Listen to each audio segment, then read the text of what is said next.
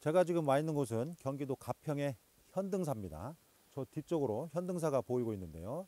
이 현등사는 전해지는 바에 의하면 인도 출신 승려가 와서 창건을 했다고 합니다. 그렇지만 그대로 믿기는 좀 어려운 부분이 있습니다. 그리고 신라 말기 도선국사가 이곳에 와서 사찰을 창건했다고 하는데요. 그 사실도 그대로 믿기는 어렵습니다. 왜냐하면 현재 현등사 경내나 이 주변에서 도선국사가 살았던 시대와 관련된 유적이나 유물이 발견이 돼야 되는데 아직까지 그러한 유적이나 유물은 확인되지 않고 있습니다. 그래서 그대로 믿기는 어렵습니다. 다만 현등사 경내에 현재 지진탑이라고 불리는 고려시대 석탑이 남아 있습니다. 그 석탑이 도선국사와 관련된 것으로도 전해지고 있는데요. 그렇지만 직접적인 연관관계를 찾기는 아직까지는 어려운 부분이 있습니다. 어쨌든 고려시대 석탑이 있는 걸로 봐서 현등사가 늦어도 고려시대는 창건돼서 법등을 유지했던 사찰이다, 이렇게 이야기를 할 수 있고, 또 경내에 조선 전기와 조선 후기와 관련된 유물들이 많이 남아 있습니다. 그래서 조선시대까지 꾸준하게 법등을 이어온 이러한 역사를 가진 사찰이 바로 현등사라고 할 수 있습니다. 이 현등사는 특히 조선 초기, 다시 말해서 조선 전기에 1392년부터 1592년 이 200여 년 사이에 왕실과 아주 밀접한 관련을 가지면서 중요한 사찰을 역할을 했던 그런 사찰로 보입니다. 바로 그러한 사실을 직접적으로 증명해주는 유물이 바로 지금 보시는 이 사리탑입니다. 이 사리탑은 조선 전기에 세워진 겁니다. 현재 우리나라에 조선 전기에 세워진 사리탑이 많지가 않은데, 이와 같이 조선 전기에 세워진 사리탑이 이 현등사에 있다는 것은 이 현등사가 아주 중요한 사찰이었다는 걸 보여주는 겁니다. 특히 이 사리탑은 조선 전기에 우리나라에 세워진 스님들의 사리탑의 어떤 샘플, 기준이 되고 있는 사리탑이라고 할 수가 있습니다. 특히 조형 기법이 그라면을 보이고 있는데요. 현재 지대석 그리고 기단부를 2단으로 같은 돌로 해서 이렇게 팔각형으로 높게 구성을 했고요. 상부에 다시 팔각형의 낮은 괴임대를 마련해서 그 이후에 원구형의 탑신석을 올렸습니다. 아무래도 이 상단에 있는 이 괴임대와 이 탑신석 사이에 사리 장치를 마련하지 않았을까 생각이 됩니다. 그리고 옥계석과 상륜부를 올렸는데, 특히 옥계석의 낙수면을 경사가 아주 급하게 마련을 해서 아주 높게 구성한 이러한 치석수법은 조선 전기와 조선 후기 일부 부두에서 보이는 아주 독특한 그런 기법이라고 할 수가 있습니다. 그리고 상륜부도 원형으로 마련을 해서 낮게 몇 단으로 구성을, 3단으로 현재는 구성을 했는데요. 뭐 원래 모습인지는 정확히 알 수 없지만 이와 같은 구성 기법도 고려 말 조선 초 석조물에서 보이는 아주 독특한 기법이라고 볼 수가 있습니다. 이와 같이 이 함어당 득통의 사리탑은 조선 초기에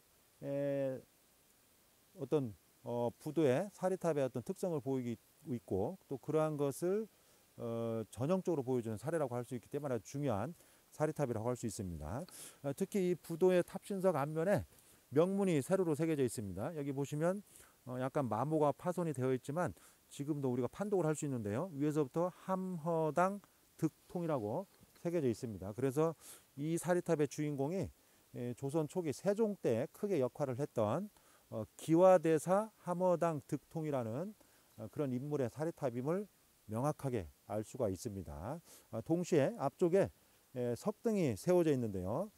일반적으로 석등은 조선 초기 때 장명등이라고 하는데, 왕릉이나 또는 아주 특권층, 특권 지배층의 무덤 입구에만 세워졌는데, 이와 같이 조선 초기 아주 왕으로부터, 왕실로부터 높은 예우를 받았던 스님들의 사리탑을 세울 때 아주 드물게 이와 같이 석등을 세운 경우도 있습니다. 그만큼 이 스님이 왕실로부터 또는 왕으로부터 존경을 받았다는 것을 보여준다고 할 수가 있죠.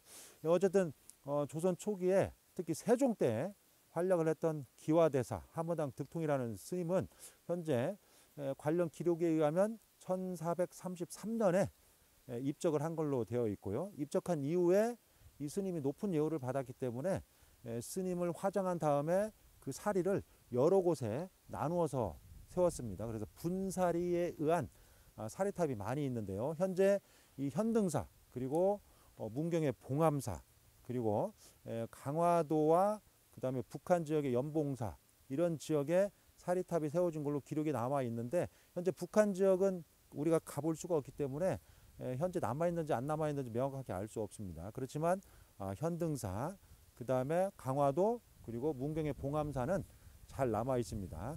제가 예전에 논문을 쓰기도 했는데요. 그 논문의 자세한 내용을 제가 밝혀놨습니다. 어쨌든 이 현등사의 이 부도는 기와대사의 어떤 본사격에 해당되는 가장 중심적인 사찰이었기 때문에 지금 보시는 것처럼 아주 규모도 크고 그 시절에는 가장 잘 만든 그 부도를 바로 이곳에 남겨놓았다고 할 수가 있습니다. 현재 우리나라에 조선 전기에 불교계가 굉장히 위축을 당했던 시기였고 또 스님들의 예우가 아주 낮았던 시기였기 때문에 조선 전기에는 부도가 많이 세워지지 않았습니다. 그래서 현존하는 조선 전기 부도가 한 20여 기 정도 되는데 그 중에 이 현등사에 남아있는 기와대사 함어당의 탑은 가장 어떤 기준적이고 잘 만들어진 그런 부도라는 점에서 아주 중요한 문화유산이다, 이렇게 평가를 할 수 있습니다. 이처럼 조선 초기에도 고려 말기의 전통을 이어받아서 스님들의 사리를 나누어서 여러 곳에 사리탑과 비를 세우는 그런 전통이 계승되고 있었음을 우리가 엿볼 수가 있습니다.